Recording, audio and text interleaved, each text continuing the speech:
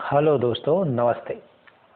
आज हम बात करने वाले हैं अपने एक टेस्ट है जो कि करंट से रिलेटेड है, पटवारी का टेस्ट। सबसे पहले आपको चैनल को लाइक करना है, सब्सक्राइब करना है और अपने दोस्तों के साथ शेयर करना है। ठीक है, अब हम स्टार्ट करते हैं। इसमें हमारे 50 क्वेश्चन रहेंगे। ये एक मिनी टेस्ट है, तो ठीक है, हम स्टार्ट करते हैं। सबसे पहला क्वेश्चन है, वो है कि मध्य प्रदेश के किस शहर में खेलो इंडिया यूथ गेम्स 2022-23 का आयोजन किया जा रहा है। तो 2022-23 के खेलो इंडिया यूथ गेम्स हैं, वो कहाँ हो रहे हैं? भोपाल। 31 जनवरी 2018 को। कब? 31 जनवरी 2018 को पीएम मोदी ने यहाँ पर क्या है, इसका उद्घाटन किया था। कौन से? नरेंद्र मोदी। इंदिरा गांधी जो एरिना है भोपाल में, इंदिरा गांधी एरिना में। ठीक है, उसके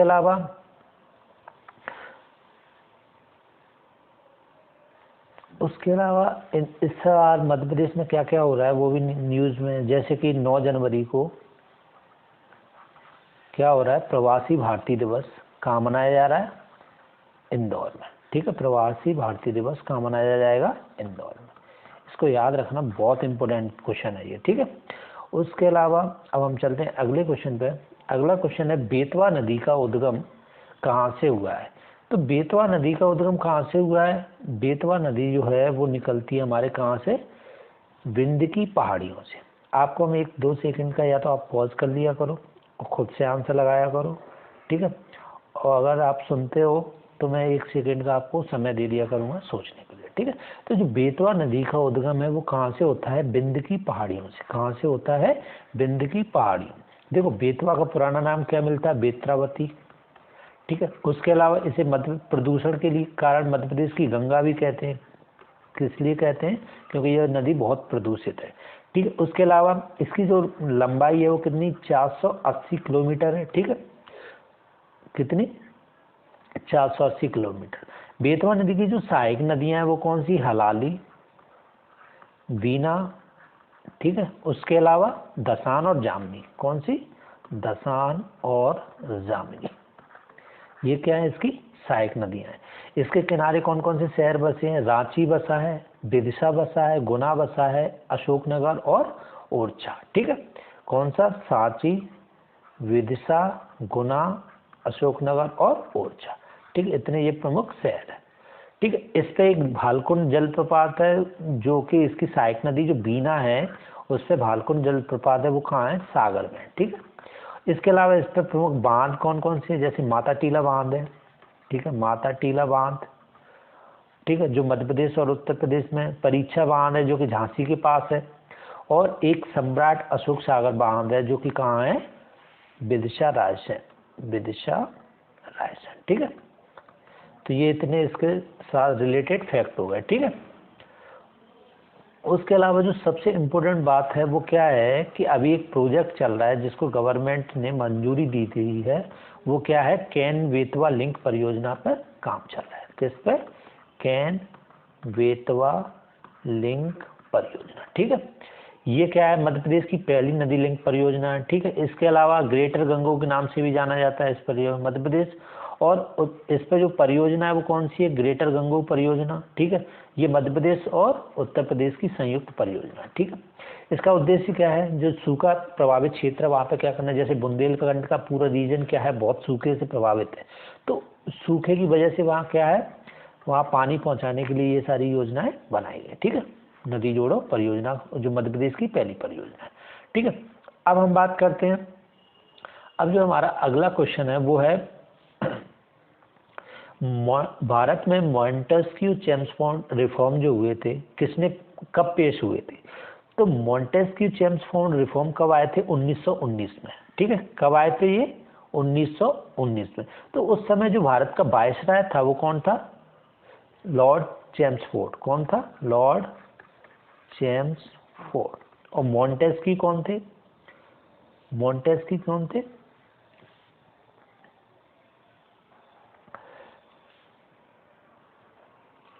ये कौन थे? भारत के सचिव, ठीक है। तो इसके अलावा इस जो 1919 का रिफॉर्म था, इसमें क्या क्या जो मेन घटनाएं हुई थी? एक तो प्रांतों में, कहाँ पे? प्रांतों में द्वैत शासन लागू कर दिया गया था, ठीक है।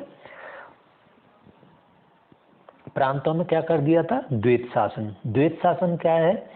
क्या है? प्रांत में जो विषय थे उनको विभाजन कर दिया था। एक आरक्षित विषय होते हैं, एक हस्तांतरित विषय। आरक्षित जैसे पुलिस, जेल, भू राजस्व, सिंचाई और वन जैसे आरक्षित विषय थे, ठीक है, जिनमें क्या है? गवर्नर की मंजूरी जरूरी थी। और जो हस्तांतरित विषय कौन से? जैसे शिक्षा, स्थानीय स्वशासन, सार्वजनिक स्वास्थ्य जैसे, ये कौन किसके पास थे? लोकल बॉडीज के पास थे, ठीक है। उसके अलावा इसमें क्या है? राज्यों की परिषद और विधानसभा में शामिल हो गई, ठीक है। उसके अलावा इसमें क्या है? एक लंदन में भारत के लिए एक उच्चायुक्त का नियुक्ति भी कर दी गई। और सबसे जो मेन चीज हुई थी वो उसमें क्या थी? जो सांप्रदायिक प्रतिनिधित्व सिद्धांत, जो 1919 का जो रिफॉर्म आया था, जिसमें क्या था? जो हिंदू मुसलमानों के लिए अलग अलग वोट वाली जो, उसको यहाँ पे बढ़ा दिया गया था, ठीक है। इसको यहाँ पे मुसलमानों के अलावा यहाँ पे किसको? सिख, ईसाई, ठीक है। उसके अलावा एंग्लो इंडियन, ठीक है। किसको? एंग्लो इंडियन को भी इसमें काउंट कर लिया गया था, ठीक है। इनके लिए अलग से निर्वाचन मंडल की व्यवस्था कर दी गई। अगले क्वेश्चन पर हम चलते हैं। अगला जो क्वेश्चन है हमारा, भारतीय राष्ट्रीय विज्ञान किस तारीख को मनाया जाता है? तो जो भारतीय राष्ट्रीय विज्ञान दिवस है वो प्रत्येक साल 28 फरवरी को मनाया जाता है। इसके पीछे रीजन क्या है? जो भारतीय वैज्ञानिक हैं, कौन? सर सी वेंकट रमन। कौन? सर सी वेंकट रमन। इनने इस दिन क्या था? रमन इफेक्ट की खोज की थी। किसकी? रमन इफेक्ट की खोज की थी, इसीलिए इनको क्या है? इस दिवस को क्या है? हम विज्ञान दिवस के रूप में मनाए जाते हैं। तो इनको जो रमन को नोबेल पुरस्कार मिला था, कब मिला था? 1930 में। काय के लिए? रमन इफेक्ट के लिए, ठीक है। तो इसलिए हम क्या, ये हमने स्टार्ट कब से किया था? 1986 से। कब से? 1986 से विज्ञान दिवस के रूप में स्वीकार किया, ठीक है। अगले क्वेश्चन पर हम चलते हैं। अगला जो हमारा क्वेश्चन है वो है, भारतीय सोयाबीन अनुसंधान संस्थान कहाँ पर है? तो जो मध्य प्रदेश में जो सोयाबीन अनुसंधान संस्थान है वो कहाँ पर है? उज्जैन में, ठीक है। कहाँ? वो सॉरी, इंदौर में। ये कारखाना है उज्जैन में, ठीक है। इस चीज को याद रखना, इंदौर में क्या है? अनुसंधान संस्थान है, ठीक है। तो अब जैसे प्रमुख कुछ अनुसंधानों की बात कर लें, जैसे कृषि इंजीनियरिंग अनुसंधान संस्थान। कौन सा? कृषि इंजीनियरिंग। अब मैं बोलता जाता हूँ, लिखने में आपको ना थोड़ी समझ में आए। कृषि इंजीनियरिंग अनुसंधान संस्थान कहाँ पर है? भोपाल में, ठीक है। भोपाल कृषि इंजीनियरिंग, ठीक है। इसे समझ लेना। दूसरा जैसे एमपी का पहला सेल रिच कार्बनिक खाद संयंत्र कहाँ पर है? सेल रिच खाद संयंत्र कहाँ पर है? भोपाल में, ठीक है। उसके अलावा भारत की पहली जैविक कृषि इकाई कहाँ है? जैविक कृषि इकाई वो कहाँ पर है? इंदौर। देखो पटवारी के क्वेश्चन में ये क्वेश्चन बहुत आएंगे एग्रीकल्चर से रिलेटेड, ठीक है, तो इनको याद रखना।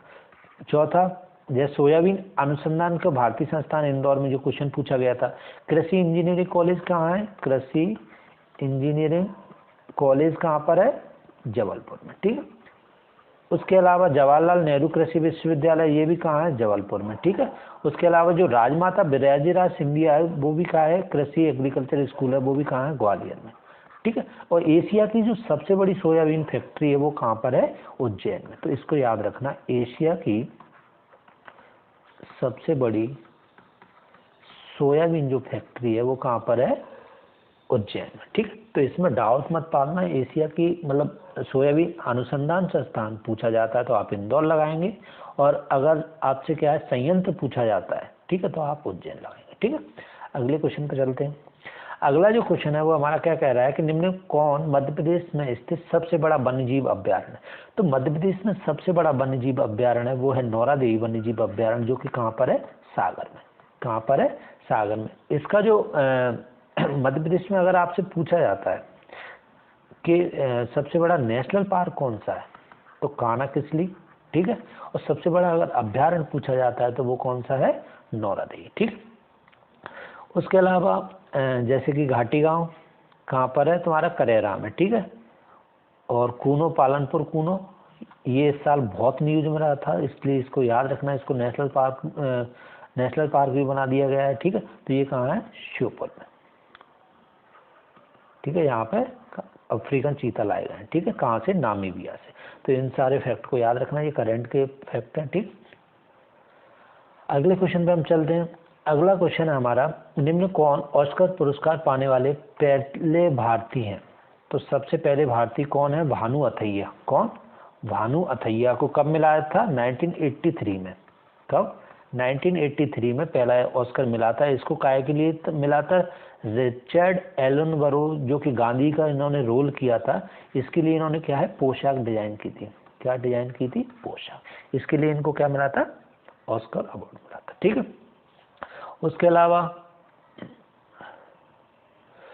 अब देखो, उसके अलावा ऑस्कर अगर इस साल के करंट के पूछे हैं तो वैसे याद कर लो, 16 मई जो ऑस्कर 2021 के विजेता कौन है, 2021 के विजेता कौन है। देखो 2021 और 2022 दोनों के याद रखना। 2021 के वो सबसे बेस्ट जो मूवी है वो कौन है, नोमैडलैंड, ठीक है, ठीक है।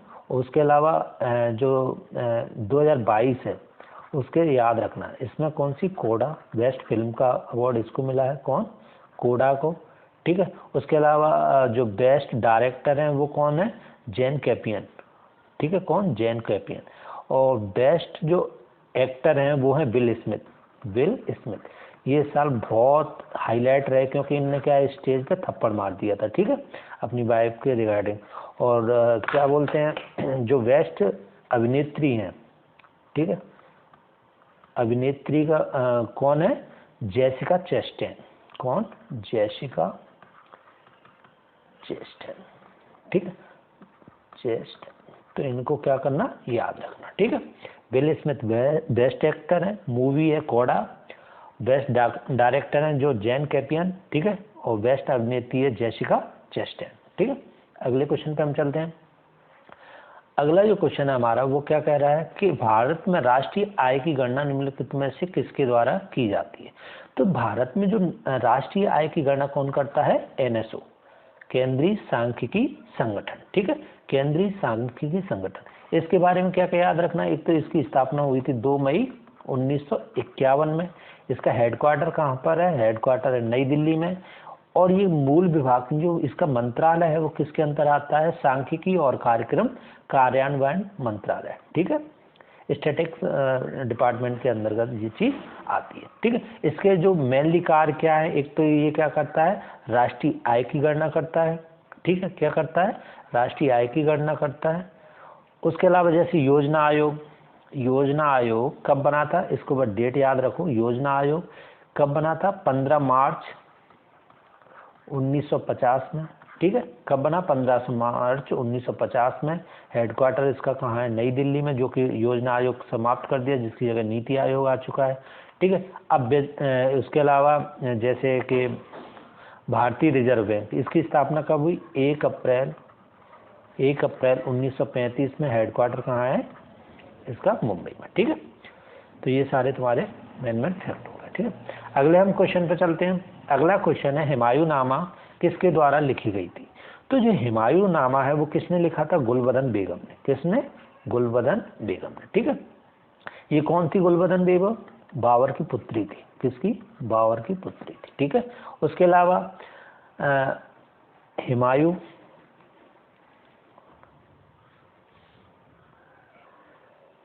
अब हुमायूं कौन था, बाबर का पुत्र था, ठीक है। हुमायूं कौन था, बाबर का पुत्र था। इसने इसके समय कौन कौन सी मुख्य घटनाएं, तो चौसा का युद्ध हुआ था कब, 1539 में, ठीक है। कन्नौज का युद्ध 1540 में, ठीक है। किस किस के, हुमायूं और शेरशाह के मध्य होते हैं, जिसमें ये दोनों लड़ाइयाँ क्या है, हार जाता है, ठीक है। फिर उसके बाद बात करते हैं अबुल फजल की। अबुल फजल कौन है, अकबर के नवरत्नों में से है, ठीक है।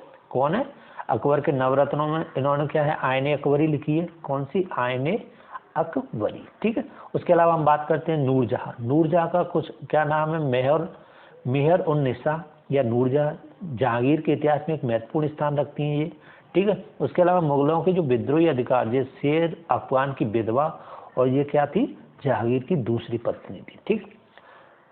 अगले क्वेश्चन पे चलते हैं हम।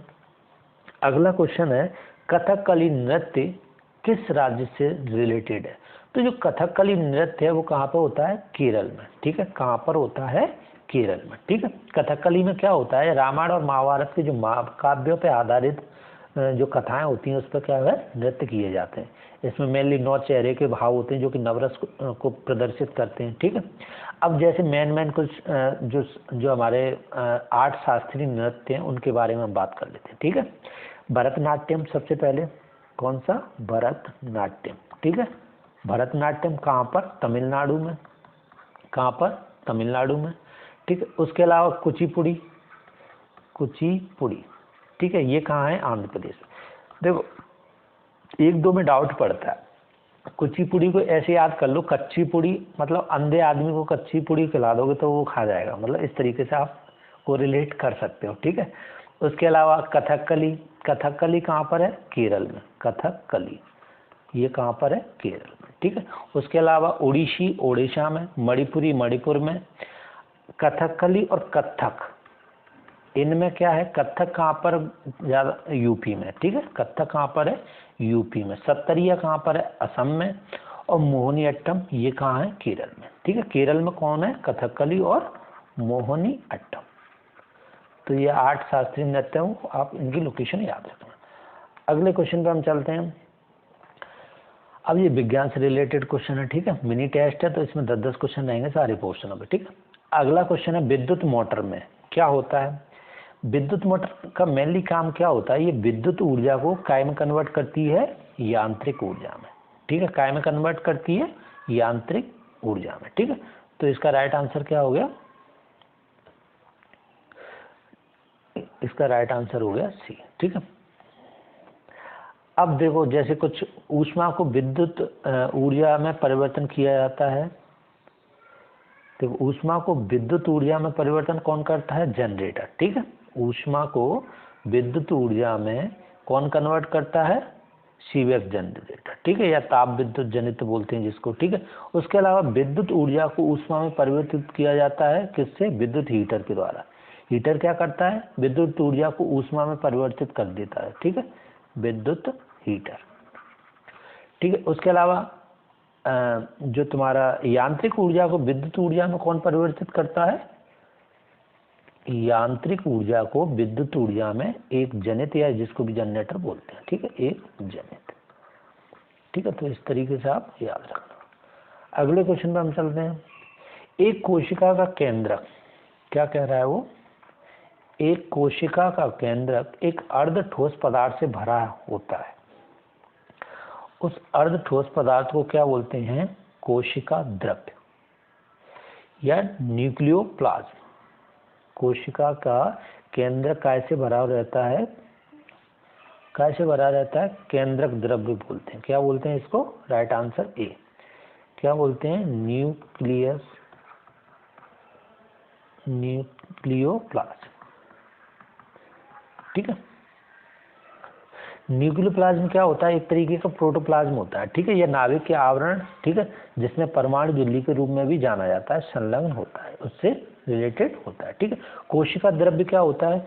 ये कोशिका द्रव्य क्या होता है? एक मतलब लिक्विड टाइप का होता है जो प्रत्येक कोशिका के अंदर भरा रहता है, जो क्या करता है? जो कोशिका झिल्ली है उसको जोड़ता है। प्लाज्मा क्या होता है? ये आरबीसी रक्त में पाया जाता है। ठीक है, उसके अलावा प्रोटोप्लाज्म। प्रोटोप्लाज्म क्या होता है? जीव द्रव्य बोलते हैं जिसको। एक प्लाज्मा झिल्ली में लगे कोशिका सेल का क्या होता है? सजीव भाग होता है। ठीक,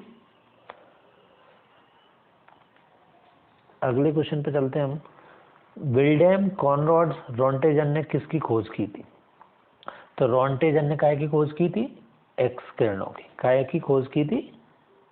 एक्स रेज की। ठीक है, उसके अलावा कब की थी इन्होंने ये खोज की थी 1885 में। ठीक है, उसके अलावा जो बिजली का बल्ब है वो किसने खोजा था? थॉमस अल्वा एडिसन ने। किसने? थॉमस अल्वा एडिसन ने। विद्युत बल्ब की खोज किसने की थी? थॉमस अल्वा एडिसन ने। ठीक है, उसके अलावा विद्युत आवेश का संरक्षण, विद्युत आवेश का संरक्षण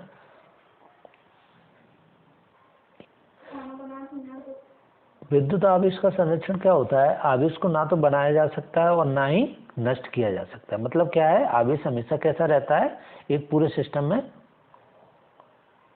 कैसा रहता है, कांस्टेंट रहता है। ठीक है। उसके अलावा ऊष्मा प्रौद्योगिकी क्या होती है? ऊष्मा इसमें क्या होता है, ऊष्मा कार्य और तापमान तथा ऊर्जा विकिरण और पदार्थ के भौतिक गुणों से क्या होती है, कोरिलेटेड रहती है। ठीक। अगले क्वेश्चन में चलते हैं। निम्नलिखित में से कौन सी प्रक्रिया तरल को सीधे उसके वाष्प रूप में परिवर्तित कर देती है? तो देखो, तरल को सीधे वाष्प रूप में परिवर्तन करने की प्रक्रिया क्या कहलाती है? वाष्पीकरण। क्या कहलाती है? क्योंकि देखो, तरल से हम काय में कन्वर्ट कर रहे हैं, वाष्प से। ठीक है। अब हम जैसे संघनन की बात करें तो इसका राइट आंसर क्या हो गया? देखो, अब मैं लिख दिया करूंगा, नहीं क्या है, सब पे समझाते हैं तो वो चीज़ निकल जाए। ठीक है, राइट आंसर हो गया डी। अब संघनन क्या होता है? संघनन में क्या होती है? वह प्रक्रिया होती है जिसमें क्या होता है, जिसके द्वारा वायु में जो जलवाष्प द्रव जल में परिवर्तित हो जाती है, क्या कहलाती है? संघनन। मतलब जैसे एटमॉस्फेयर में क्या होता है, कभी एटमॉस्फेयर में जो मॉइस्चर रहता है, जो मॉइस्चर रहता है वो जो लिक्विड में कन्वर्ट होता है, उसको हम क्या कहते हैं? संघनन कहते हैं। ठीक है। क्या कहते हैं उसको? संघनन। ऊर्ध्वपातन किसको कहते हैं? किसी ठोस का सीधे वाष्प में जो कन्वर्ट हो जाता है। जैसे कि हम एग्जाम्पल के तौर पर क्या बोले, जैसे कि कपूर का जलना। ठीक है, या ठोस कार्बन डाइऑक्साइड का जलना, किसका उदाहरण है? ऊर्ध्वपातन का। ठीक है। और भाप बनकर उड़ना, ये क्या है? ये तो जब पानी भाप बन के उड़ता है। तो इसका जो राइट आंसर है वो क्या है? वाष्पीकरण। ठीक है। निम्नलिखित में से किसमें कोई एंजाइम नहीं होते हैं? किसमें कोई एंजाइम नहीं होते हैं? तो ये काय में नहीं होते हैं? पित्त रस में। काय में नहीं होते हैं कोई भी एंजाइम? पित्त रस में। ठीक। पित्त रस में कोई भी एंजाइम नहीं होते। ठीक है।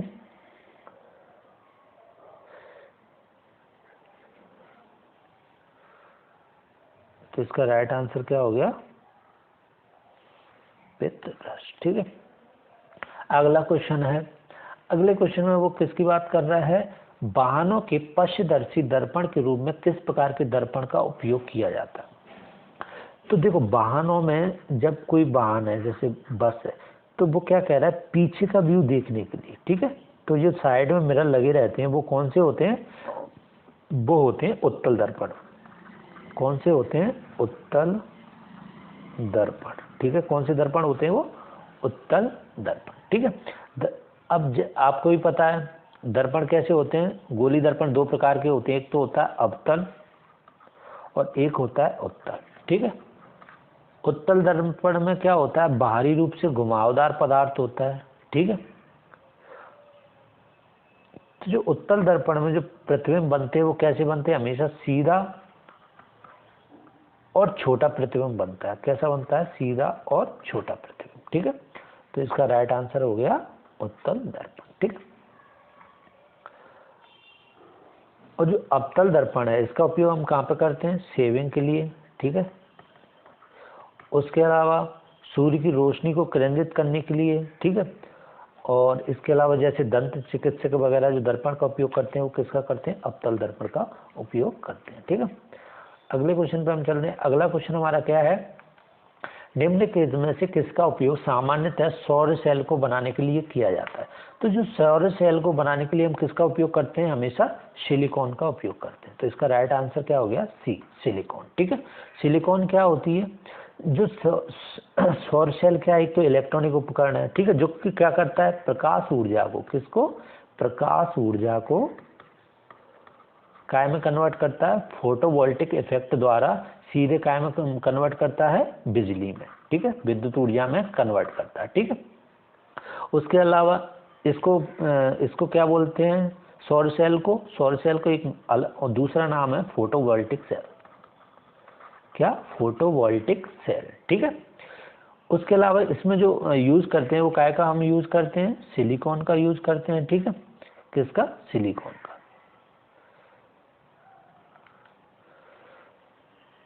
अगला क्वेश्चन, निम्नलिखित में से कौन सा रक्त का सार्वभौमिक प्राप्त करता है? यूनिवर्सल एक्सेप्टर पूछ रहा है। तो यूनिवर्सल अगर एक्सेप्टर की बात करी जाए तो ए बी पॉजिटिव है, वो क्या है? यूनिवर्सल एक्सेप्टर है। ये ए से भी ब्लड ले सकता है, बी से भी ले सकता है और ओ से भी ब्लड ले सकता है। लेकिन जो ओ पॉजिटिव है, देखो रक्त के 4 समूह होते हैं आपको पता है, तो जो O पॉजिटिव है वो क्या होता है, यूनिवर्सल डोनर होता है। क्या होता है, यूनिवर्सल डोनर होता है, ठीक है।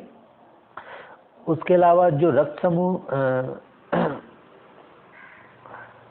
अगले क्वेश्चन पे चलते हैं। अगला क्वेश्चन है एलपीजी का मुख्य घटक क्या होता है। तो एलपीजी का जो मुख्य घटक होता है वो क्या होता है, ब्यूटेन। आंसर क्या हो गया, डी, ब्यूटेन, ठीक है। एलपीजी का मुख्य घटक क्या होता है, ब्यूटेन होता है, ठीक है। एलपीजी मुख्य रूप से कौन कौन से, ब्यूटेन और प्रोपेन मिलते हैं, ठीक है। क्या मिलते हैं, ब्यूटेन और प्रोपेन मिलते हैं। इसमें एक गैस भी मिलाई जाती है जो तीक्ष्ण गंध वाली होती है, ठीक है, उसको मिथाइल मरकैप्टन बोलते हैं। उसके अलावा इसमें जो 48% होता है वो प्रोपेन होता है और 50% ब्यूटेन होता है, ठीक है, और 2% क्या होता है, पेंटेन। अगले क्वेश्चन पे चलते हैं। एनीमिया मुख्य रूप से, एनीमिया जो रोग है वो मुख्य रूप से काय की कमी से होता है, आयरन की कमी से। आयरन की जो डिफिशियंसी है उसकी वजह से एनीमिया रोग होता है। इसीलिए ये ज़्यादातर किस में होता है, महिलाओं में रोग होता है, ठीक है। क्योंकि महिलाओं में जो मासिक पीरियड आते हैं उसकी वजह से क्या है, उनमें ब्लड की कमी हो जाती है, इसलिए महिलाओं को क्या है, आयरन की टेबलेट दी जाती है, ठीक है। अगले क्वेश्चन पर चलते हैं। 72 किलोमीटर प्रति घंटा। अब हमारे मैथ के क्वेश्चन है, ठीक है। देखो मैथ का ये है कि मतलब मैं आंसर भी बताता जाऊंगा, थोड़ा थोड़ा आपको समझाता भी जाऊंगा। इसमें क्या है, थोड़ा मतलब पैड पे अच्छे से पेन चलती नहीं है स्मूथली, तो थोड़ी दिक्कत हो जाती है समझने। देखो क्वेश्चन है, 72 किलोमीटर प्रति घंटा की औसत गति से चलती हुई कोई कार निश्चित दूरी तय करने में कितना है, 15 मिनट। देखो उसने क्या है, स्पीड दे रखी है कितनी, 72 किलोमीटर पर आवर, ठीक है। उसके अलावा उसने क्या है, टोटल डिस्टेंस कवरिंग 15 मिनट। अब 15 मिनट टाइम दिया है तो 15 मिनट में वो कितनी डिस्टेंस निकालेगा, तो डिस्टेंस का आपको फॉर्मूला पता है, चाल बराबर क्या होती है, डिस्टेंस अपॉन टाइम। डिस्टेंस अपन को फाइंड करनी है, चाल दी है, टाइम दिया है, तो निकाल लो डिस्टेंस। निकलेगी 15 मिनट में तो कितना होगा, 72 इंटू 5/18 इंटू 15। अब चूंकि मिनट में दिया है, ये किलोमीटर पर आवर में दिया है, तो एक काम करो, इसको 5/18 मीटर पर सेकंड में मत कन्वर्ट करो, इसको क्या करो, 72 इंटू 15/60, समय को सेकंड में कन्वर्ट कर लेते हैं, वो सॉरी समय को आवर में कन्वर्ट कर लेते हैं, ठीक है। तो इसका जो आया काट पीट के 15 चौको 60 और ये आया तुम्हारा 9 मिनट।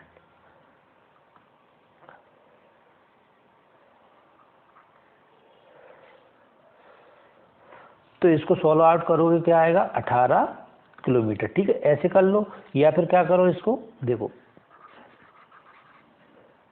या फिर क्या करो, इसको सॉल्व आउट इस तरीके से कर लो। अगर आपको वैल्यू काटनी नहीं है तो 9 मिनट में फाइंड आउट करनी है, तो देन स्पीड क्या करोगे, स्पीड का क्या करोगे, 72/9/60, क्योंकि ये भी मिनट में समय दिया है, इंटू 15/60, ठीक है। तो ये तुम्हारा आ गया कितना, 120 किलोमीटर पर आवर।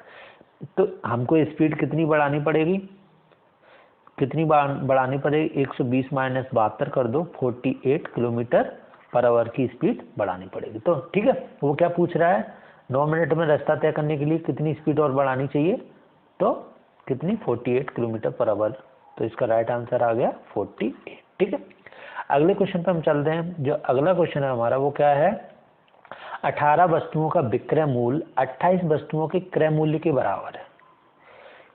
क्या कह रहा है वो, दिया गया है, क्या दिया गया, 28 वस्तुओं का क्रय मूल्य, 28 वस्तुओं का क्रय मूल्य किसके बराबर है, 18 वस्तुओं के सेलिंग प्राइस के बराबर है, ठीक है। ये कॉस्ट प्राइस, ठीक है। तो हम कौन सा सूत्र लगाएंगे लाभ या हानि निकालने के लिए, प्रॉफिट के लिए विक्रय मूल्य माइनस क्रय मूल्य, ठीक है। Selling price minus cost price, ठीक है, क्रय मूल्य। और लाभ अगर परसेंटेज निकालनी है तो हम कौन सा सूत्र लगाएंगे, लाभ जो प्रॉफिट आएगा बटे क्रय मूल्य जो जिस वस्तु पर खरीदी गई है इंटू 100 करने है, ठीक है। अब हमको सॉल्व करना है, ये हमने बेसिक चीज बता दी, क्या क्या हमको गिवन है और किस तरीके से प्रॉफिट फाउंड आउट करना है, ठीक है। अब वो क्या कह रहा है, 28 वस्तुओं का क्रय मूल्य 18 वस्तुओं के विक्रय मूल्य के बराबर है, ठीक है।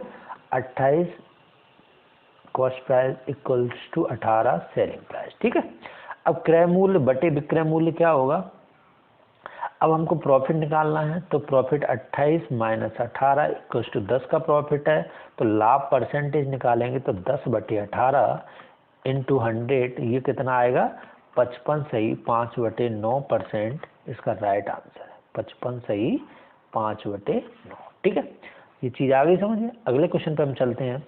अगला जो क्वेश्चन है उसमें वो क्या कह रहा है, उसमें ये कह रहा है कि अधिकतम संभवतः लंबाई ज्ञात कीजिए कि जिसका उपयोग 4 metre 90 centimetre 3 metre 85 centimetre 12 metre 95 centimetre की लंबाई को ठीक मापने के लिए। तो इस ऐसे क्वेश्चनों में हम क्या करते हैं, जब हमारे पास डिफरेंट हाइट दी हो तो हम क्या करेंगे, एचसीएफ निकालेंगे, हाईएस्ट कॉमन फैक्टर। ठीक है, एचसीएफ निकाल लेंगे तो जो एचसीएफ में जो कॉमन वैल्यू आएगी वो हमारा क्या है, देखो 4 मीटर 1 मीटर में कितने सेंटीमीटर होते हैं 100, तो ये कितना हो गया 490। ठीक है, दूसरे क्या हो सकता 385। ठीक है, और तीसरा क्या हो गया 1295, कितना 1295, और इनका जब एचसीएफ निकालोगे हाईएस्ट कॉमन फैक्टर निकालोगे तो कितना आएगा 35 आएगा। ये आप सॉल्व कर लेना। ठीक है, तो इसका जो राइट आंसर है वो क्या है 35। ठीक है, तो हमको अगर ये डिफरेंट जो हाइट की चीज़ें दी हैं अगर सबको नापना है तो हमको क्या है 35 सेंटीमीटर की छड़ी होनी चाहिए, तो ये इनको सही से नाप देगी। ठीक है, अगला जो क्वेश्चन है वो क्या है, यदि 4 पंखों का औसत मूल्य क्या है, एवरेज 4 पंखों का एवरेज क्या है 2223। ठीक है, और उनके मूल्य के अनुपात में है तो पंखे का न्यूनतम मूल्य, यदि उनके मूल्य का रेशियो दिया है तो पंखे का न्यूनतम मूल्य, तो न्यूनतम मूल्य कौन सा है 1 वाले रेशियो का न्यूनतम मूल्य है। तो आप क्या करोगे, आपके पास टोटल दिया है कितना 2223, न्यूनतम 1 वाला निकालना है आपको। टोटल कितना है 5 और 4 9 10 11 12 और 13 से डिवाइड करना है। तो ये क्या है, हाँ सॉरी 4 पंखों का एवरेज दिया तो 4 का मल्टीप्लाई करना है इंटू 1 का और करना है। ठीक है, तो जब इसको काटोगे पूरी वैल्यू को तो x की वैल्यू क्या आएगी 484। ठीक है, तो जो पंखे का न्यूनतम मूल्य है वो कितना है 684। ठीक है, अगले क्वेश्चन पे हम चलते हैं। अगला क्वेश्चन है एक समलंब आकार वाले, कैसे समलंब आकार वाले क्षेत्र का क्षेत्रफल दी।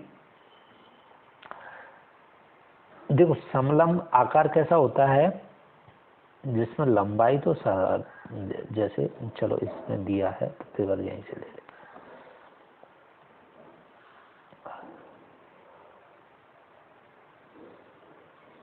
ठीक है, ये कोई तुम्हारे पास, ठीक है, इसमें क्या है समलंब आकार।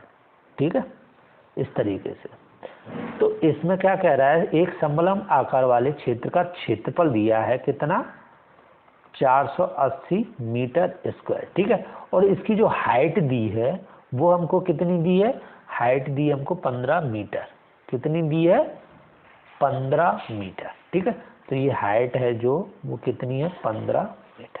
ठीक है, उसके अलावा समांतर भुजा कितनी है 20, समांतर भुजाएं जो ये कितनी है 20। ठीक है, अब हमको जो समलंब चतुर्भुज का जो क्षेत्रफल होता है उसका सूत्र क्या होता है, क्षेत्रफल का सूत्र होता है 1/2 समांतर भुजाओं का योग, कितना समांतर भुजाओं का योग अब ये पेन आधे पे चलती है तो मैं लिख नहीं पाता हूँ, 1 मिनट में दोबारा से लिखता हूँ इसका। चलो इसको रफ कर देते हैं और एक काम करते हैं आपके लिए ब्लैंक पेज ले लेते हैं। हाँ चलो यही समझ लेते, फिर वो क्या है चीज़ क्वेश्चन नहीं सामने होगा तो वो समझ में नहीं है। देखो अब क्या फॉर्मूला क्या होता है, समलंब चतुर्भुज का क्षेत्रफल होता है, समलंब चतुर्भुज का क्षेत्रफल क्या होता है 1/2 समांतर भुजाओं का योग, समांतर भुजाओं का योग इंटू ऊंचाई, ठीक है, समांतर भुजाओं का योग इंटू ऊंचाई। ठीक है, तो क्या लिख लोगे 1/2 a plus B into H, मतलब ए ये वाली भुजा मान लो और बी ये वाली मान लो। ठीक है, तो A plus B into H. तो देखो अब क्षेत्रफल अपन को गिवन है कितना 480, ठीक है, कितना 480, 1/2। इसमें क्या करोगे, ए कितना 20 अपन को दिया है, एक भुजा की कितनी है 20 है, दूसरी अपन को फाइंड आउट करनी है और ऊंचाई कितनी दी है अपन को 15 दी है। जब इसको सॉल्व आउट करोगे तुम तो आंसर क्या आएगा 64, ठीक है। इसको काट पीट के 20 प्लस बी, ठीक है, तो जो बी की वैल्यू आएगी वो कितनी आएगी 44 मीटर आएगी। कितनी आएगी 44 मीटर आएगी और यही अपना राइट आंसर है, ठीक है, ये अपना राइट आंसर है। अगला क्वेश्चन जो है वो हमारा एक गत्ते के डिब्बे में कितने 1085 किताबें पैक करके रखी जा सकती हैं, ठीक है।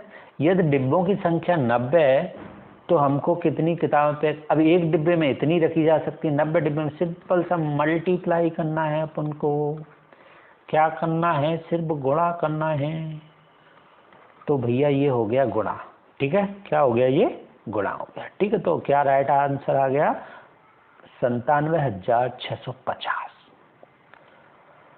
भैया मजा आ रहा है, नहीं आ रहा होगा कोई बात नहीं, हम भी अब बड़े बड़े बोर्ड लगा के पढ़ाएंगे तो को किसी के कंसेप्ट छूटने नहीं चाहिए, वही कोशिश है। इस बार सबको पटवारी बनवाएंगे। अब इतने दिन बाद पटवारी निकली है तो कैसे छोड़ देंगे भैया, नहीं छोड़ेंगे। चलो अगले क्वेश्चन पे हम आते हैं। अगला जो क्वेश्चन है, एक समचतुर्भुज के एक विकर्ण की लंबाई दी है।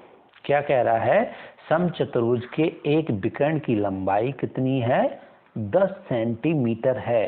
कितनी है भैया, क्वेश्चन को पढ़ो, कितनी है 10 सेंटीमीटर है। उसके अलावा जो क्षेत्रफल है वो कितना है 120 सेंटीमीटर स्क्वायर है। तो वो क्या कह रहा है, समचतुर्भुज की भुजा की लंबाई ज्ञात कीजिए।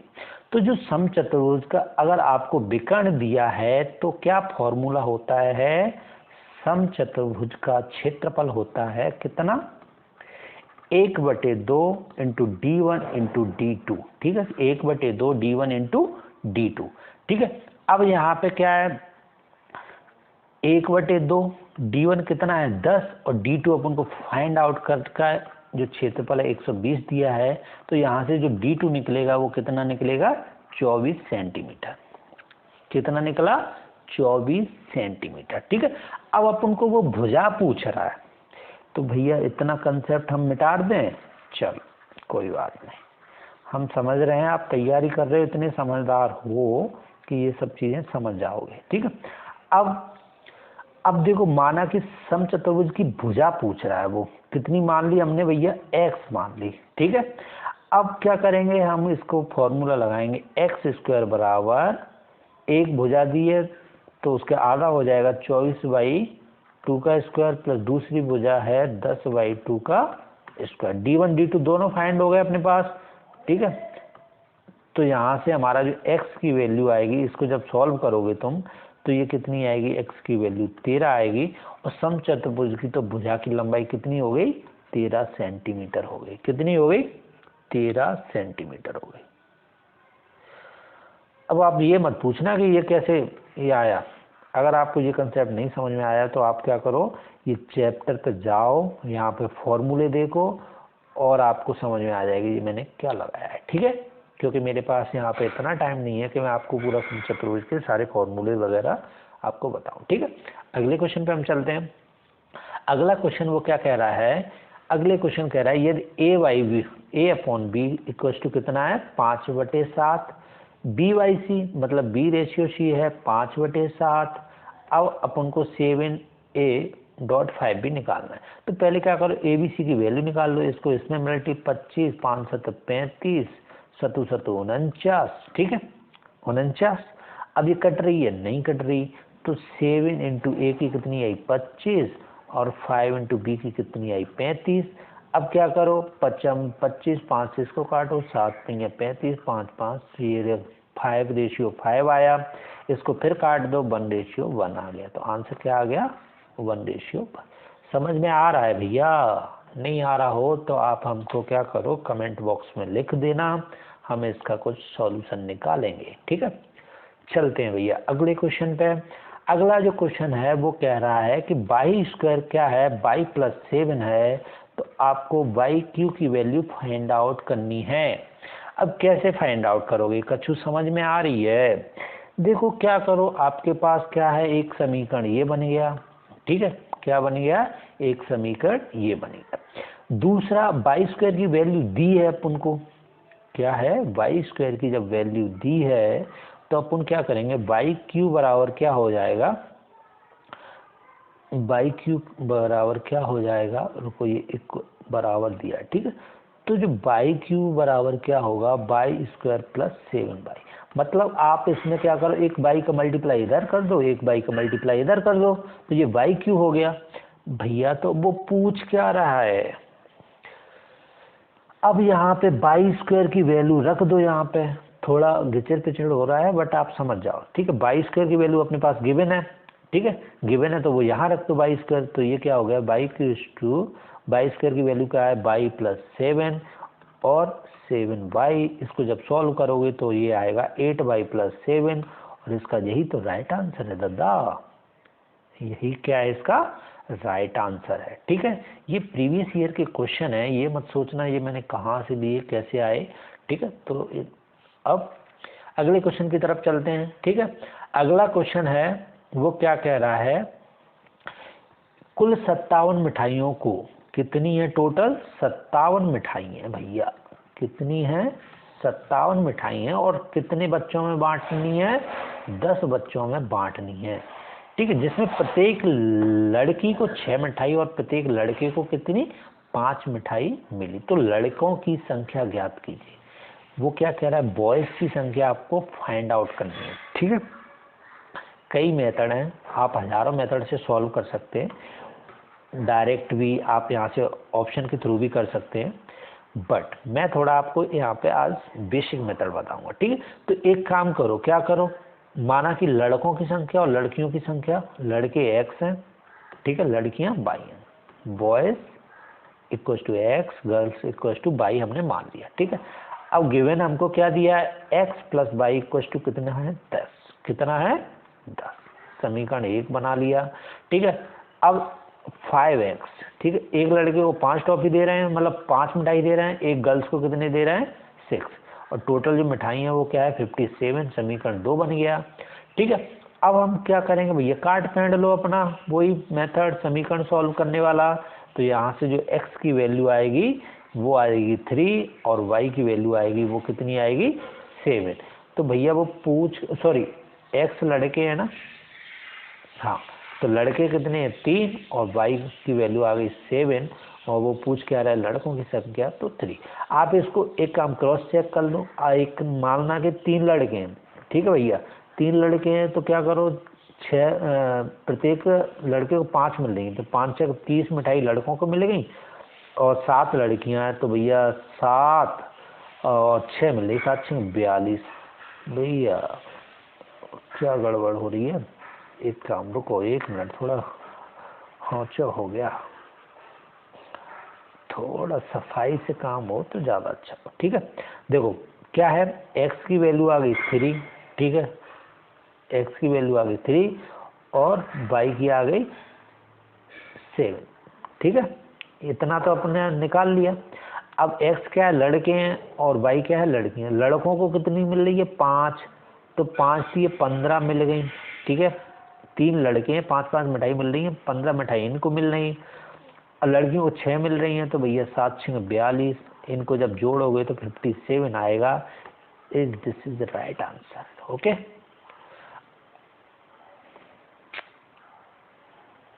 चलो दोस्तों, तो फिर अब हमारा ये मैथ का पोर्शन हो गया। एक तो क्या है मेरा मन बड़ा दुखी हो जाता है, एक तो क्या है इतने कम व्यू आते हैं और मैं इतना अच्छा एफर्ट डालता हूँ, फिर जब कम व्यू आते हैं तो लगता है काहे को इतना अच्छा पढ़ाओ, अपना पढ़ लो वो ज़्यादा सही है।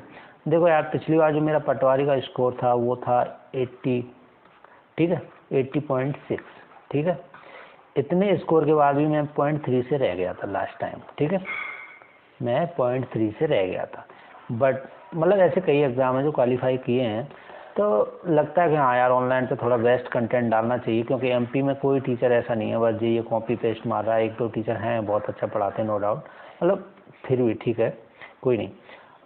तो ये है कि आप अपने दोस्तों के साथ शेयर करो। अगर आप वीडियो देख रहे हो तो थोड़ा मोटिवेशन मिलेगा, मैं भी थोड़ा अच्छा बनाऊंगा, ऐसी टेस्ट लेके आऊँगा बढ़िया बिंदास सी, जो आपके मतलब नॉलेज को बूस्ट अप करेंगे, ठीक है। ऐसा नहीं कि बस आपको विंडोज़ की परिभाषा बताओ या कुछ भी है, मतलब सीधा सा वो बता दिया ऑप्शन और आप चल दिया, वो चीज़ ठीक है, उससे नॉलेज नहीं बढ़ता। आप कितनी चीज़ें याद रखोगे, ठीक है ना। तो कोई नहीं, इस बार इस वीडियो को मैं थोड़ा सोच रहा हूँ कि कम से कम 100+ तो जाना ही चाहिए व्यूअर्स। बाकी देखते हैं आप लोगों का क्या रहता है। चल, कार्य करने वाले व्यक्ति। अब जो हमारा जो अगला क्वेश्चन है वो है क्या, इसमें बिडोजा किसका पर्यायवाची है? बिडोजा, बिडोजा की पर्यायवाची इंद्र को क्या बोलते हैं? बिडोजा बोलते हैं, ठीक है। किसको बोलते हैं? इंद्र को क्या क्या बोलते हैं? बिडोजा बोलते हैं, ठीक है। अब जैसे कुछ और शब्द हैं उनके पर्यायवाचियों की बात कर लें, जैसे लक्ष्मी। लक्ष्मी के पर्यायवाची कौन से होते हैं? हिरण्यमयी। याद रखना, ये कई बार पूछा गया है, हिरण्यमयी। उसके बाद कदली, क्या?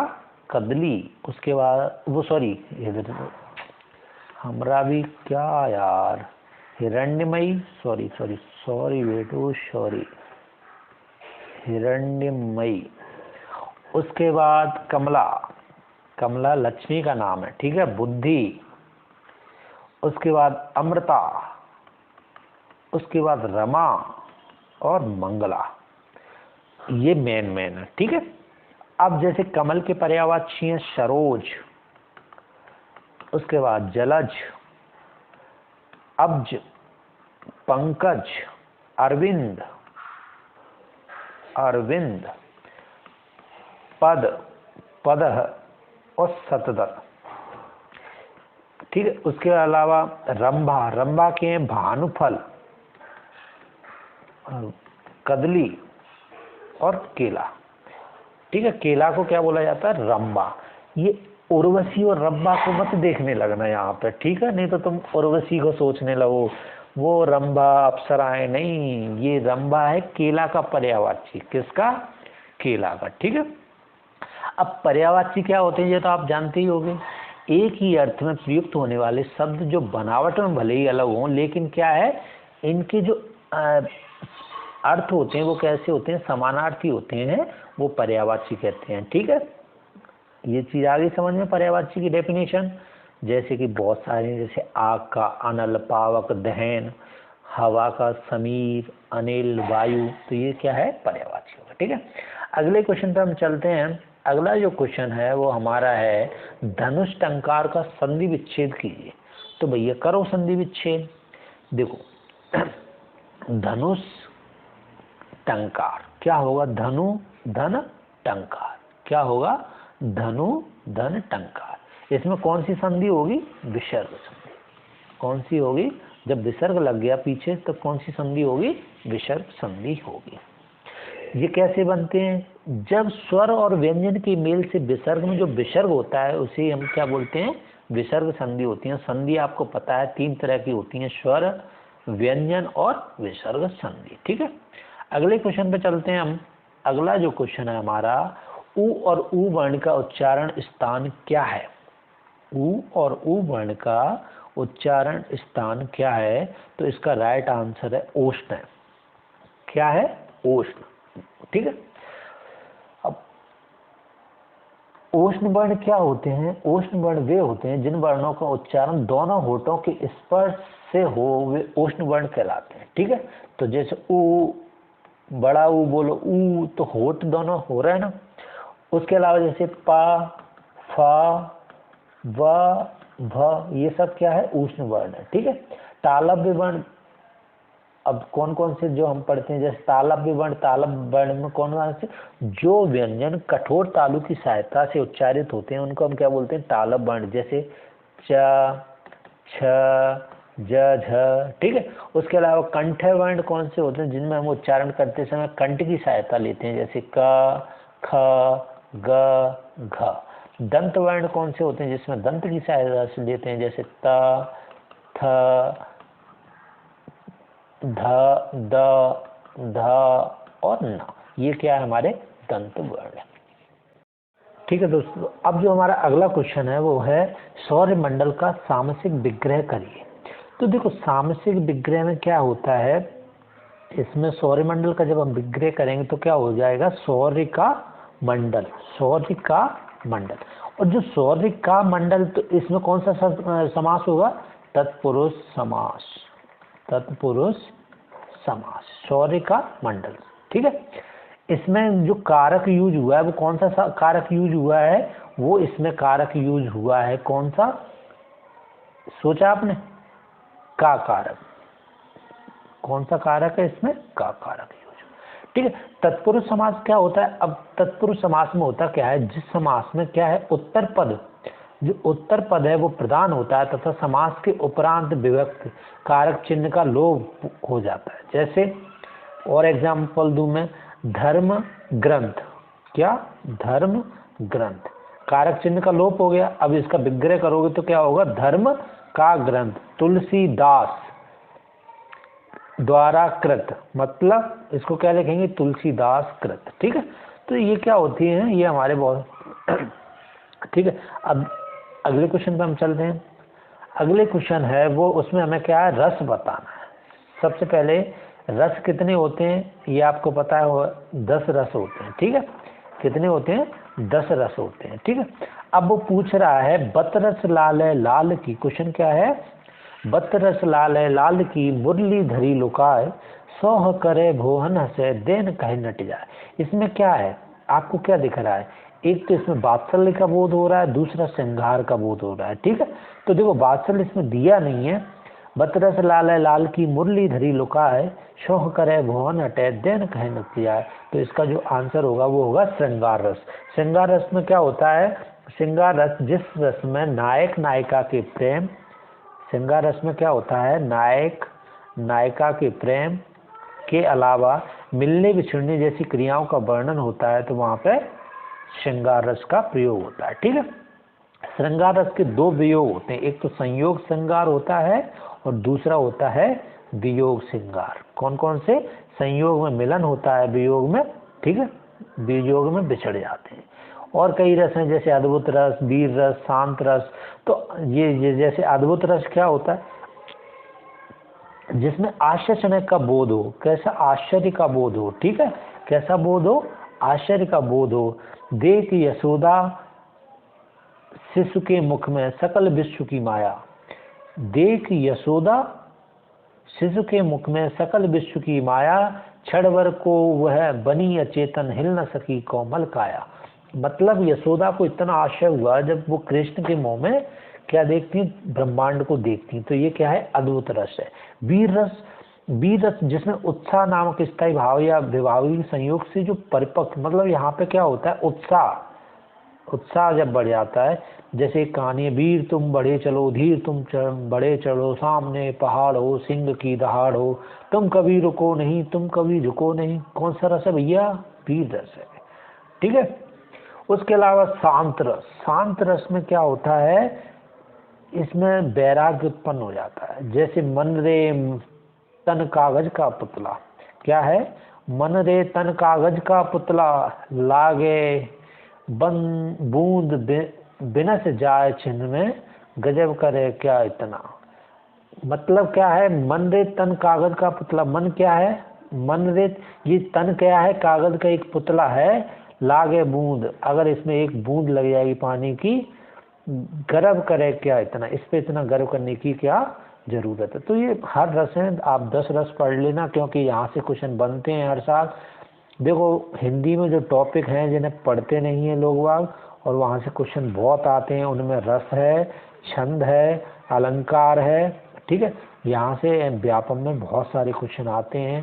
प्रीवियस ईयर के पेपर आप उठा के देख लो, आपको ये चीज़ दिख जाएगी। ठीक है, अगला क्वेश्चन है, आप प्रत्यय से बना शब्द है। आप प्रत्यय से बना शब्द कौन सा है, आप प्रत्यय से बना शब्द, देखो प्रत्यय क्या है, प्रत्यय बाद में लगता है। ठीक है, प्रत्यय क्या है, बाद में। तो जैसे भूखा, इसका राइट आंसर क्या है, भूखा, भूख धन आ, भूखा। ठीक है, अन्य प्रत्यय जैसे प्यासा, प्यास धन आ। ठीक है, रूपा, रूप धन आ, तो ये क्या है, आ प्रत्यय लगा के बनाए हुए कुछ शब्द है। अब प्रत्यय तुम्हें पता है क्या है, दो प्रकार के होते हैं, एक तो कृत प्रत्यय और दूसरा तद्दंत प्रत्यय। ठीक है, कृत प्रत्यय दो तरह के होते हैं, विकारी और अविकारी। ठीक है, जिसमें क्रियावाचक संज्ञा। तद्दंत प्रत्यय में क्या है, कृतवाचक भाववाचक संज्ञाओं का प्रयोग होता है। बहुत सारे रूल हैं, ये सब जब अगर हिंदी पढ़ी तो अपन ये सब चीजें करेंगे। ठीक है, अगला क्वेश्चन चलते हैं। अगला क्वेश्चन है हमारा, केसरी का पर्यायवाची शब्द क्या है। तो जो केसरी का पर्यायवाची शब्द है उसका है सिंह। ठीक है, क्या है इसका, सिंह। तो सिंह, शेर, महावीर, व्याघ्र, ठीक है, और शार्दूल, ये क्या है, सिंह के पर्यायवाची। उसी तरीके पक्षी के पर्यायवाची क्या क्या होंगे, खग, विहग, पखेरु और परिंदा, ये क्या होंगे, पक्षी के पर्यायवाची। उसके अलावा हाथी के क्या होंगे, हाथी के होंगे खग, विहग, परेखु, मतंग, खग, विहग, मतंग। उसके अलावा कुंभी, उसके अलावा गजेंद्र। ठीक है, और ये सारे आप याद रखना हाथी के। ठीक है, तो ये क्या है, पर्यायवाची शब्द है। अगले क्वेश्चन पे हम चलते हैं। अगला जो हमारा क्वेश्चन है वो है, सदा एक समान रहने पर लोकोक्ति प्रयुक्त होती है। सदा एक समान रहने पर मतलब कि एक कहावत है, सावन हरे न भागवत सूखे। मतलब सावन हरे न भागवत सूखे का अर्थ क्या होता है, सदा एक समान रहना। ठीक है, उसके अलावा साँच को आँच नहीं, साँच को आँच नहीं, इसको क्या करेंगे, सच्चे व्यक्ति को कोई कुछ भी बिगाड़ नहीं सकता। भागते चोर की लंगोटी ही सही, ये कहावत है, भागते चोर की लंगोटी ही सही। मतलब कुछ ना मिलने की अपेक्षा में अगर थोड़ा मिल जाए तो भी बहुत अच्छी बात है। उसके अलावा सहज पे सो मीठा होए, सहज पके सो मीठा होए। मतलब आराम से किया गया काम क्या होता है, सुखकर होता है। आराम से किया गया काम कैसा होता है, सुखकर होता है। तो आपको ये चीज समझ में आ गई। अब ये क्या है, लोकोक्तियां हैं। लोकोक्ति अगर पूछे लोकोक्ति क्या होती है, तो लोकोक्ति दो शब्दों से मिलकर बनी है, लोक धन उक्ति। मतलब जो प्रचलित हो, कैसी हो, प्रचलित हो। ठीक है, तो उसको हम क्या कहते हैं, लोकोक्ति कहते हैं। जैसे चैन की सांस लेना, मतलब निश्चिंत हो जाना। भैया अगर आप ये वीडियो देखोगे और अगर सपोर्ट करोगे तो मैं ऐसे क्वेश्चन लेके आऊँगा कि आपका सिलेक्शन 100% होगा और आप चैन की सांस लोगे जब सिलेक्शन हो जाएगा। तो ये क्या है, लोकोक्ति है। ठीक है, अगला क्वेश्चन हम चलते हैं। अगला जो क्वेश्चन है हमारा वो है, क्या है, निम्नलिखित दिए गए चार शब्दों उस सही विकल्प को चुनिए जो दिए गए सेट में समानता रखता हो। भोले मतलब सरल, भोला मतलब क्या होता है, कोई भी इंसान जब भोला व्यक्ति है मतलब वो सरल है, मतलब उसके पास अनुभवहीन है या नया है। ठीक है, तो उसको क्या, और सरल मतलब क्या होता है, कोई व्यक्ति किसी चीज का बहुत ही बुनियादी अनुभव मिला हुआ, मतलब बहुत सरल स्वभाव का। उसी तरीके से निष्कपट मतलब किसी चीज का बहुत मजबूत अनुभव वाला कोई व्यक्ति उस पहलू में कैसा होता है, ईमानदार होता है। ठीक है, तो इसका जो राइट आंसर होगा वो क्या होगा, ये शब्द भोलेपन के विभिन्न रूपों को दर्शाते हैं। मतलब ये क्या है, भोला, सरल, निष्कपट, एक तरीके क्या है, भोलेपन के ही बहुत सारे रूप है। ठीक है, अगला क्वेश्चन है हमारा, अब हमारे पास आ गई भैया रीजनिंग। ठीक है, देखो मैंने 10-10 क्वेश्चन, 8 अपने टॉपिक है। कौन कौन से भैया, मैथ भूल तो नहीं गए ना आप, मैथ आएगा, रीजनिंग आएगी। ठीक है, एक पोर्शन ये हो गया। उसके बाद हिंदी आएगी और इंग्लिश होगी, ये एक पोर्शन हो गया। ठीक है, ये 4 हो गए। कंप्यूटर आएगा अपना और साइंस आएगा। ठीक है, ये हो गया। और मैनेजमेंट आएगा और हिंदी, हिंदी हो गया। कौन सा रह गया, मैनेजमेंट, कंप्यूटर, हाँ भैया जीएस को कैसे भूल जाएंगे, जीएस है।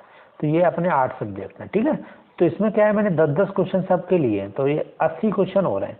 आज हम 50 क्वेश्चन डिस्कशन कर लेंगे और बाकी के अब 80 में और जोड़ देंगे तो मैं 50 क्वेश्चन अगले इस वीडियो में लेके आऊँगा। ठीक है, तो अब हम करते हैं रीजनिंग अपनी सॉल्व। ठीक है भैया, तैयार हैं? बोलो भैया, कमेंट में लिखो तैयार हैं। अब मैं भी लाइव लिया करूँगा यार, मज़ा नहीं आता, साथ में लोग जुड़े हो ना तो वीडियो बनाने में बहुत अच्छा लगता है। खैर चलो, टाइम बर्बाद नहीं करते। यदि फॉर मतलब ये लिखा है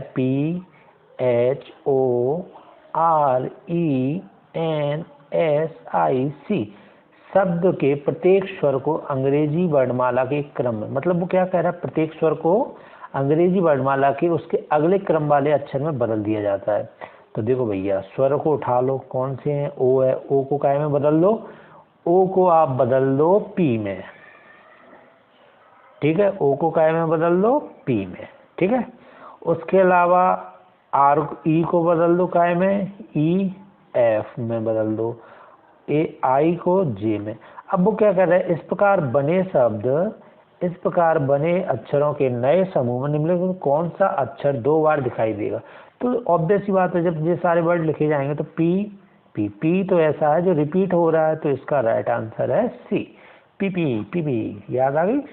ठीक है, अगला क्वेश्चन है, देखो यहाँ से क्वेश्चन आपके बनते हैं, तो इस टॉपिक को आप कैसे भी करके अच्छा कर लेना। कहीं भी यूट्यूब पे वीडियो देख लो, मतलब कैलेंडर का, यहाँ से एक क्वेश्चन आपको जरूर आएगा। ठीक है, तो अब वो क्या कह रहा है, अब कह रहा है वो 10 जुलाई 2011 को क्या है, रविवार है।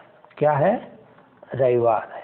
अब वो पूछ रहा है 10 जुलाई 2019 को क्या होगा। ठीक है, क्या होगा? देखो पहले तो क्या है, जुलाई से स्टार्ट हो रही है और 19 तक बात जा रही है, तो इसमें लीप ईयर देखो 11 लीप ईयर नहीं है। ठीक है, और अगर होता भी 11 लीप ईयर तो फरवरी निकल चुकी है तो कोई मतलब नहीं है, लेकिन 12 लीप ईयर है तो एक दिन उसका एक्स्ट्रा जुड़ जाएगा। ठीक है, एक दिन उसका एक्स्ट्रा जुड़ जाएगा। 12 लीप ईयर है, 13 नहीं है, 14 नहीं है, 15 नहीं है, 16 लीप ईयर है। कौन सी है? 16 लीप ईयर है, तो एक दिन उसका जुड़ जाएगा। ठीक है, तो 2 दिन ये एक्स्ट्रा हो गए। ठीक है, कितने हो गए? 2 दिन एक्स्ट्रा हो गए। ठीक है, तो रविवार,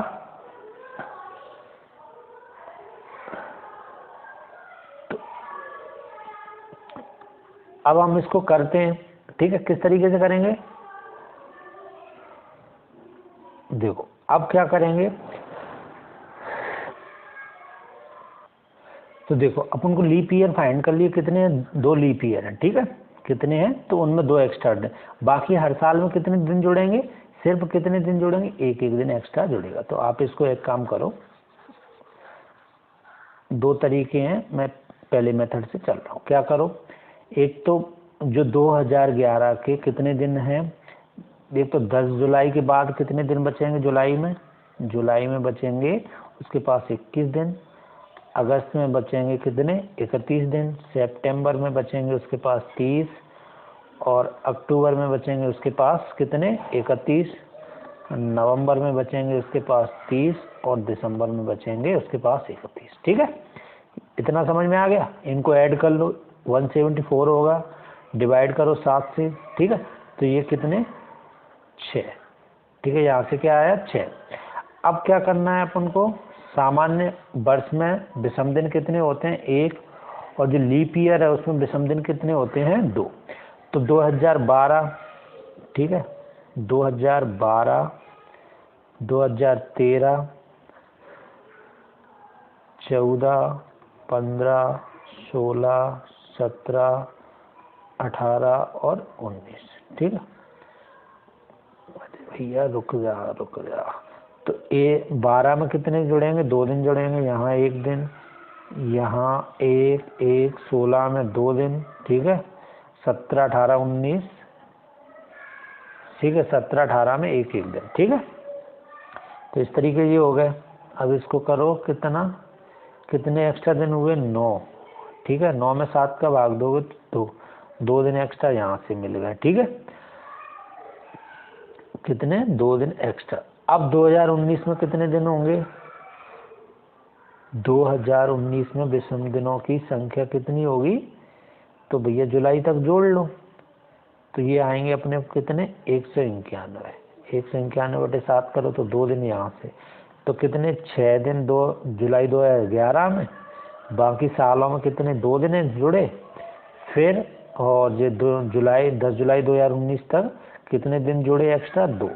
तो अब ये 6 और 4 10, 10/7 3 दिन एक्स्ट्रा जोड़ने। ठीक है, तो रविवार के बाद सोम, मंगल और बुध। ठीक है, तो राइट आंसर क्या होगा? आई आपको समझ में ये चीज़? थोड़ी नहीं आई होगी क्योंकि यहाँ पे मैं थोड़ा इसमें क्या है, आपको थोड़ा यहाँ लिख नहीं पाता हूँ। क्या है, ये पेन इतना अच्छा इस पर वर्क नहीं करता है टैब पे। ठीक है, तो खैर कोई नहीं, हम चलते हैं। अगर आपको फिर भी दिक्कत है तो आप एक काम करिए, मेरे टेलीग्राम चैनल पे जुड़िए वहाँ, या फिर आप कमेंट बॉक्स में लिख दीजिए, तो मैं आपको इसको एक अलग तरीके से सॉल्यूशन करके आपको भेज दूँगा। ठीक है, चलो खैर अगले क्वेश्चन पे बात करते हैं। 4 विकल्प दिए गए, इनमें से 3 किसी न किसी तरह के से एक समान है, एक भिन्न है, उसका चयन कीजिए। तो भैया आपको क्या है, चंडीगढ़, दिल्ली, पांडिचेरी। ठीक है, चंडीगढ़, दिल्ली,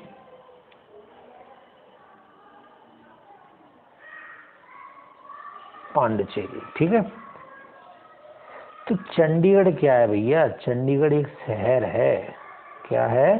शहर है। और ये सब क्या है? केंद्र शासित प्रदेश।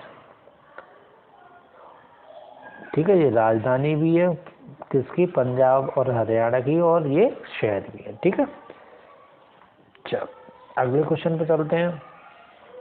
अगले क्वेश्चन में क्या है, निम्नलिखित अक्षर, क्या कह रहा है वो, निम्नलिखित अक्षर संख्या प्रतीक श्रृंखला में संदर्भ दीजिए का संदर्भ लीजिए और नीचे दिए गए प्रश्न का उत्तर दीजिए। ठीक है, बाएं से ये दिए क्या क्या ये, अब इसमें दिया है दी गई श्रृंखला में ऐसी कितनी संख्याएं हैं जिनमें प्रत्येक के ठीक पहले एक अक्षर है। देखो पहले संख्या लिखना। ठीक है, कितनी संख्याएं हैं जिनमें प्रत्येक के ठीक पहले एक अक्षर है और ठीक बाद में एक प्रतीक है। तो इस तरीके से इसको लिखो। ठीक है, प्रतीक है। अब संख्या लिख लो। ठीक है, संख्या कौन कौन सी अपने पास? 4 है। फिर संख्या कौन सी है? संख्या 2 है। फिर संख्या 6 है। फिर संख्या 6 के बाद सीधा 7 है और 3 है। ठीक है, ये अपने पास संख्या है। अब इसमें क्या करना है? अब इसमें क्या करना है? देखो अब इसमें कुछ नहीं करना अपन को, इस तरीके से। अब ऐसी देखो, ऐसी संख्या कौन सी हैं जिनके पहले अक्षर है? 4 के पहले अक्षर है? नहीं, क्योंकि 4 के पहले सिंबल है, तो इसको कैंसिल कर दो। अब आ जाओ, 2 के पहले संख्या है? यस है, क्यू। और 2 के बाद सिंबल है? यस है, तो परसेंटेज। ठीक है, ऐसी 6 के पहले संख्या है और बाद सिंबल है? यस, तो ये सही है। 7 के पहले संख्या है भैया, तो भैया इसको 7 के पहले बाई कर दो। फिर सिंबल @ ठीक है, 3 के पहले सिंबल है, तो मतलब ये गलत बात है क्योंकि वो अक्षर मांग रहा है, तो ये गलत। तो भैया इसका राइट आंसर है 3। कितने प्रतीक हैं ऐसे? 3। चलो भैया हम अगले क्वेश्चन पे चलते हैं। अपने अगले क्वेश्चन पे जब हम चलेंगे तो सबसे पहले उस वर्ण संख्या का चयन कीजिए जो दी गई श्रृंखला में उपयुक्त फिट नहीं है। क्या कह रहा है? उसका चयन करिए जो इस श्रृंखला में फिट नहीं है। भैया चलो चलते हैं। के के बाद KLM, KLM। ठीक है, L आया, MNO, ओके ये भी राइट है। OPQ, okay, QRS। ठीक है, इट्स ओके, समझ में आ रहा है। सब में एक एक का गैप है। ठीक है, एक के बाद मतलब आ रहा है। फिर आते हैं 27 और 39, मतलब कितने जोड़े इसमें? 27 और इसमें कितने का गैप है? 12 का। ठीक है, ऐसे ही 39 और 51 घटाओ, इसमें एक में 9 2 12 आ गए। ठीक है, 57 और 63 में कितना का गैप है? 12 और ये 3 13 का, तो ये 76 ना होगा, यहाँ क्या होगा? 75। तो रॉन्ग क्या है? 76, ठीक है। चलो अब अगला क्वेश्चन है हमारे पास, यदि 13 सितंबर 2003 को क्या था, शनिवार था, क्या था, 14 फरवरी 2005 को क्या होगा। तो देखो एक तो क्या है, 13 सितंबर से लेके 14 फरवरी 2005 तक की हमसे बात हो रही है, ठीक है। कब तक की बात हो रही है, ठीक है। तो अब इसको करते हैं। अब क्या है देखो, 13 सितंबर 2003, 13 सितंबर 2003, ठीक है, क्या है, शनिवार है, क्या है, शनिवार है, ठीक है। अब 13 सितंबर 2004 तक चलते हैं, तो एक साल इसका जुड़ जाएगा, और चूंकि लीप ईयर है तो 2 दिन उसके जुड़ जाएंगे। तो क्या होगा, उस दिन क्या पड़ेगा, 13 सितंबर 2004 को क्या पड़ेगा, 2 दिन बढ़ जाएंगे, तो ये पड़ेगा तुम्हारा शनिवार, रविवार, सोमवार। तो 13 सितंबर 2004 को क्या होगा तुम्हारा, ये क्या होगा, सोमवार, ठीक है, सोमवार। अब हमको चलना है 14 फरवरी तक, कहाँ तक, 14 फरवरी 2005 तक। तो इसमें क्या है, देखो हमने कहाँ तक, 13 सितंबर तक चल लिए थे, 13 सितंबर कितना होता है, 30 का, तो 17 दिन और बचेंगे इसमें सितंबर में, ठीक है।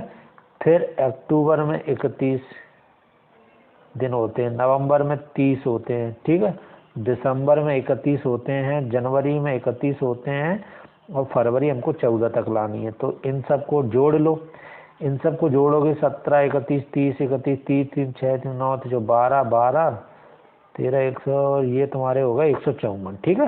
कितने हो गए, 154, ठीक है। 154 को काय से डिवाइड करोगे, 7 से, ठीक है। तो ये चला गया, 0 रिमाइंडर बचा। तो 13 सितंबर 2004 से शुरू होकर हर 7वां दिन क्या होगा, सोमवार होगा। तो क्या राइट आंसर आएगा इसका, क्या आएगा राइट आंसर इसका, सोमवार, ठीक है। क्या राइट आंसर आएगा इसका, सोमवार। चलो ठीक है, अगले क्वेश्चन पे हम चलते हैं। वेन डायग्राम से रिलेटेड क्वेश्चन है। इसमें हमको क्या करना है, इसमें हमको फाइंड आउट करना है कि कौन सा कथन सही है।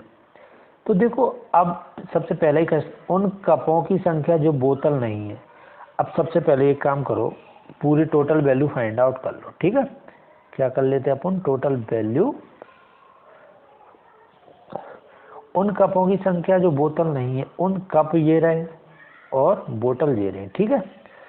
अब कपों की संख्या निकालो तुम, कितनी है टोटल कप, 3 + 2 + 8 + 3 + 6, ये होगा टोटल कप, ठीक है।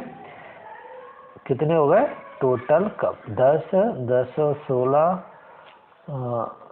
22, ठीक है, 22। अब वो क्या कह रहा है, उन कपों की संख्या जो बोतल नहीं है। बोतल कौन कौन से नहीं है, 2, 3, 2, 5, कितना, -5 कर दो तो राइट आंसर क्या आएगा, 17। तो ये ही हमारा सही आंसर है, ठीक है, राइट आंसर इज दिस, ठीक है।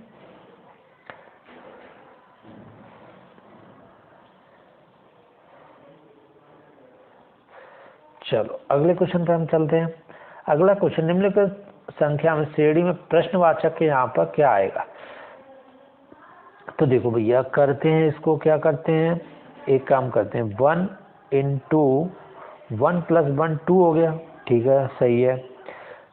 इसको क्या करो, 2,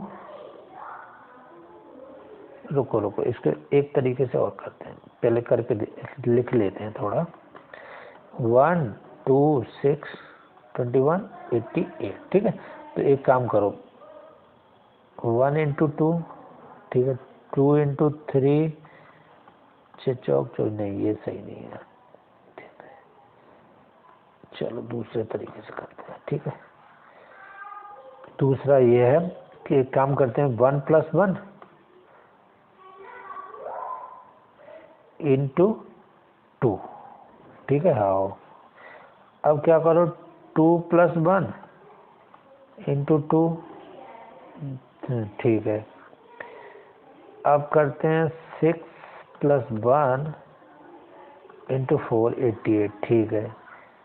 21 + 1 × 4 क्या 88, ठीक है, ये भी सही है। अब 88 + 1 × 5, तो ये क्या आएगा 445, तो राइट आंसर है 445, ठीक है। अगले क्वेश्चन पे हम चलते हैं। अगला जो हमारा क्वेश्चन है, कितने गुलाबी कम से कम लाल हैं, कितने गुलाबी कम से कम लाल हैं, ठीक है। तो इसमें गुलाबी बताने हैं जो कि रेड है। तो देखो गुलाबी, ये गुलाबी वाला पोर्शन है, ठीक है। पेन ले लेते हैं अलग अलग कलर की, ठीक है। ये क्या है हमारा गुलाबी है, ठीक है। अब वो पूछ रहा है कितने गुलाबी कम से कम लाल है। लाल क्या है, ये है हमारा, ठीक है। तो जो गुलाब 4 और 3 7, इसका राइट आंसर हो जाएगा, क्योंकि यही तो दोनों में कॉमन हो रहा है, ठीक है। तो इस तरीके से हमारा अब इंग्लिश वाला पोर्शन, अब हमारे जो पोर्शन रह गए हैं वो इंग्लिश और क्या है हमारा रह गया है मैनेजमेंट, ठीक है। इंग्लिश मैनेजमेंट टॉपिक रह गए हैं, उसके क्वेश्चन हम अगले वीडियो में लेके आएंगे। अगर आपको ये वीडियो अच्छे लग रहे हैं तो आप अपने दोस्तों के साथ शेयर करिए, और थोड़ा जितना भी आपसे हो सके आप थोड़ा इसको एफर्ट करिए। और अगर आपको मतलब कंटेंट पसंद आता है तो भाई लाइक करते हुए जाओ यार। क्या लग रहा है, आपका लग क्या रहा है भाई, थोड़ा कर लो, कोई नहीं, बस एक बटन दबाना होता है, उस चैनल को सब्सक्राइब कर लो। तो भैया ठोको लाइक एंड सब्सक्राइब। बाकी मिलते हैं अगले वीडियो में। वीडियो देखने के लिए बहुत बहुत धन्यवाद आप सबका। आपका दिन शुभ हो, मंगल हो।